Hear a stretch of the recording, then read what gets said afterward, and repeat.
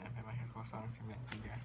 Di sini kali ini saya akan jelaskan lagi tentang materi telah kurikulum.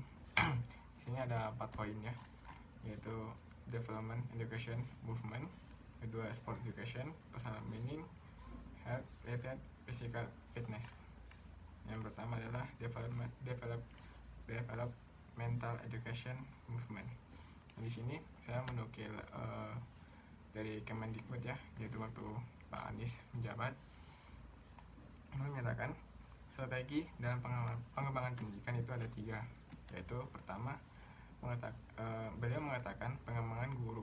Ini hal ini utama yang perlu dilakukan. Bila guru hebat, maka sekolah, siswa, dan lingkungan pun juga hebat. Nah, sini menurut saya jadi guru itu sangat memiliki peran sangat penting, bukan hanya ketika mengajar tapi berpengaruh gitu pada lingkungan sekolah, terus orang-orang yang ada di sekitar orang yang berkecimpung gitu, yang termasuk dalam yang berpartisipasi dalam suatu pendidikan itu akan terpengaruh juga gitu. Jadi beliau mengatakan seorang guru itu sangat menentukan gitu. Jadi ketika guru itu berkualitas, guru itu memiliki sikap, ilmu, terus perilaku yang baik, nah itu akan secara gampang itu menular gitu kepada orang-orang yang sekitarnya gitu.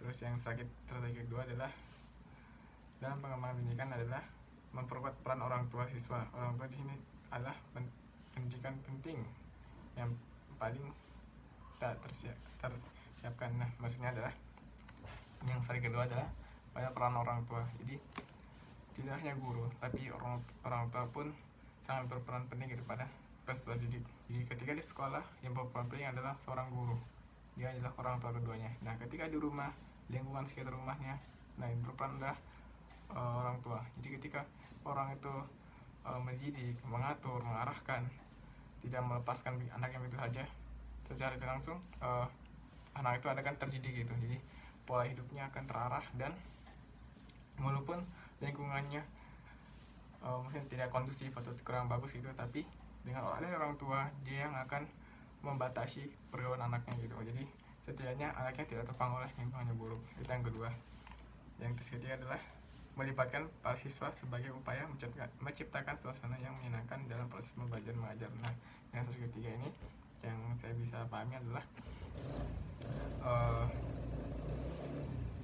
pentingnya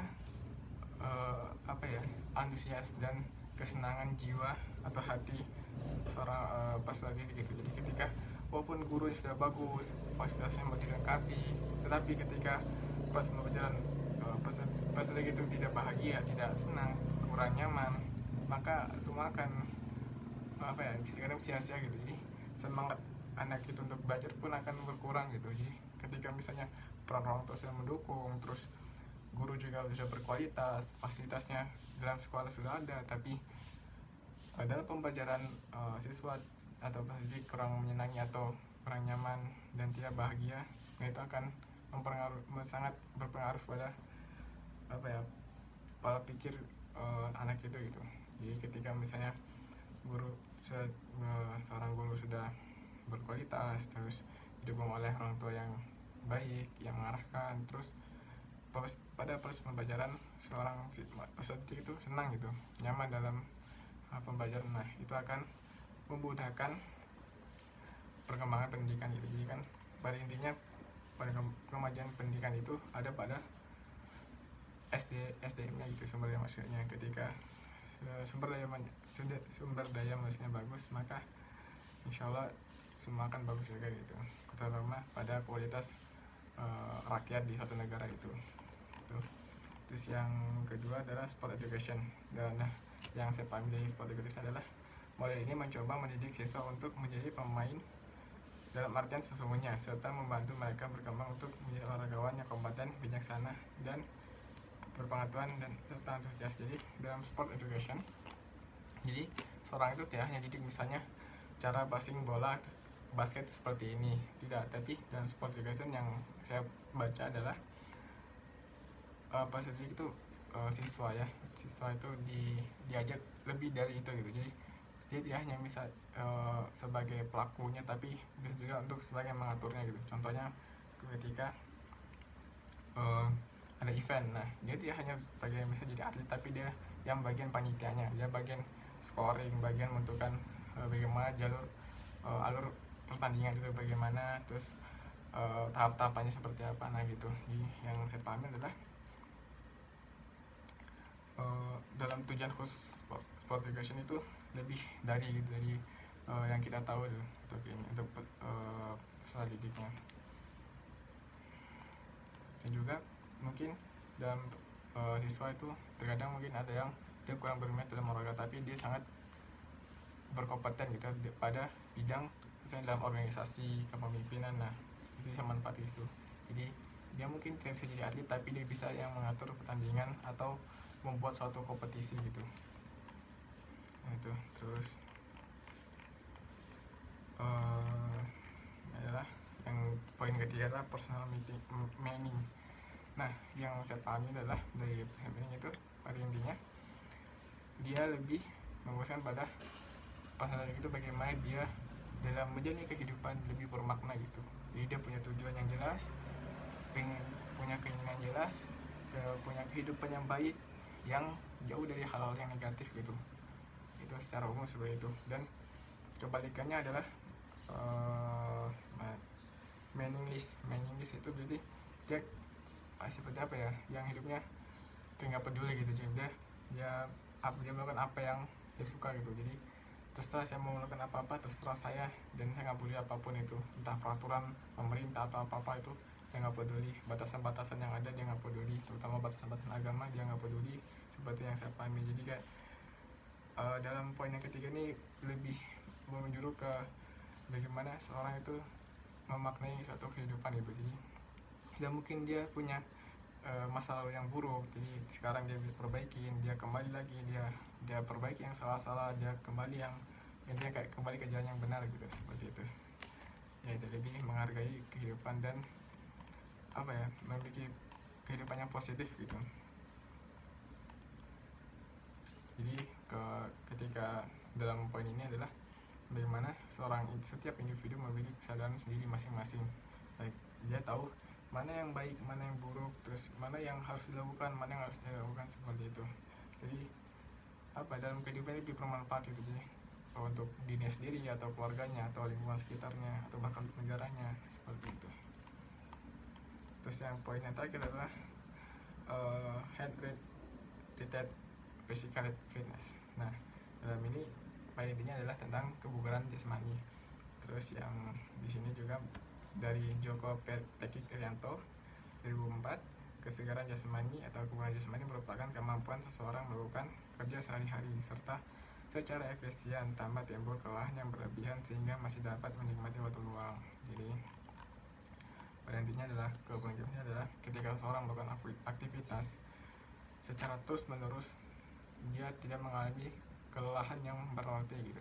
Dia melakukan olahraga, contohnya adalah ketika dia jogging sekitar 30 menit, setelah selesai dia capek, tapi capeknya hanya sebatas kayak capek haus seperti itu, dan misalnya dia minum lagi, dia kembali lagi bugar, dan ya itu intinya daripada kebugaran jasmani. Jadi ketika orang melakukan aktivitas yang terus menerus tanpa mengalami kelelahan yang berarti, nah seperti itu. Terus di sini tentang komponen kesehatan jasmani, tentang ini ada 4, yaitu kebugaran daya tahan tubuh, daya tahan jantung dan paru-paru, daya tahan otot, kekuatan otot, kelentukan. Nah daya tahan jantung adalah kapasitas sistem jantung, paru, dan pembuluh darah yang berfungsi secara optimal dan melakukan aktivitas sehari dalam waktu yang cukup lama tanpa mengalami kelelahan yang berarti. Jadi ketika olahraga misalnya jogging, jantungnya tetap dipompa, di parunya tetap di ini, tapi bekerjanya optimal gitu, tidak ada kesalahan, terus normal, dan bisa bertahan dengan jangka waktu yang lama tanpa mengalami kelelahan yang berlebihan.